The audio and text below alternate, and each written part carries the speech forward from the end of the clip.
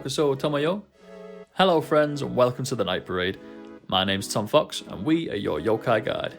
In today's foray into the Night Parade of 100 Demons, or Hyaki Yagyo, we're going to take a look at one of the spirits you may have seen before in various games and films, the Kodama. Kodama literally means tree spirit, and they are thought to be connected to special trees, in particular large, old or otherwise significant trees. In Japan, trees have traditionally been considered sacred, and often when you see one of these special trees, it will have a shiminawa, or an enclosed rope, tied around its trunk. These ropes can vary in size from very small to incredibly large like the one at Izumo Taisha, and are used to ward off evil in places considered sacred. It was once said that when a tree reaches 100 years old, its own kami would appear in the form of the Kodama spirit. While the popular image of the Kodama has taken on many forms over the years, the most enduring tend to be that of small, cute figures who populate the woodlands and form communities. Possibly one of the most famous examples of this is in Studio Ghibli's classic film Mononoke Hime, or Princess Mononoke, one of Hayao Miyazaki's most successful movies, probably thanks in no small part to the help of these now iconic little foresty friends. Another popular recent depiction of Kodama is in Tecmo Koei's 2017 hit PlayStation 4 video game, Nioh.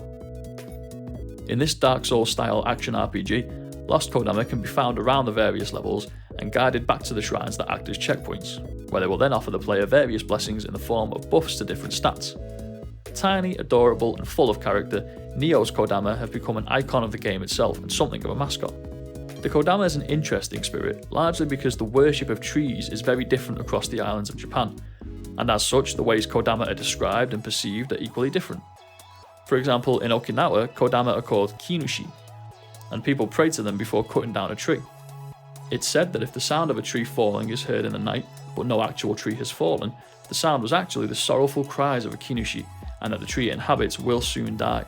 On the Izu Islands, they build shrines to the Kodama at the foot of great trees and call them Kidama-sama.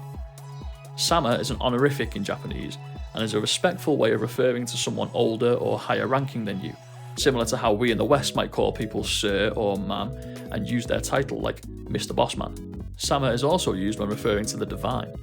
Shinto gods are referred to as Kami-sama, so you can see the respect that the people of the Izu Islands have for the venerable Kodama. Kodama have also long been associated with echoes.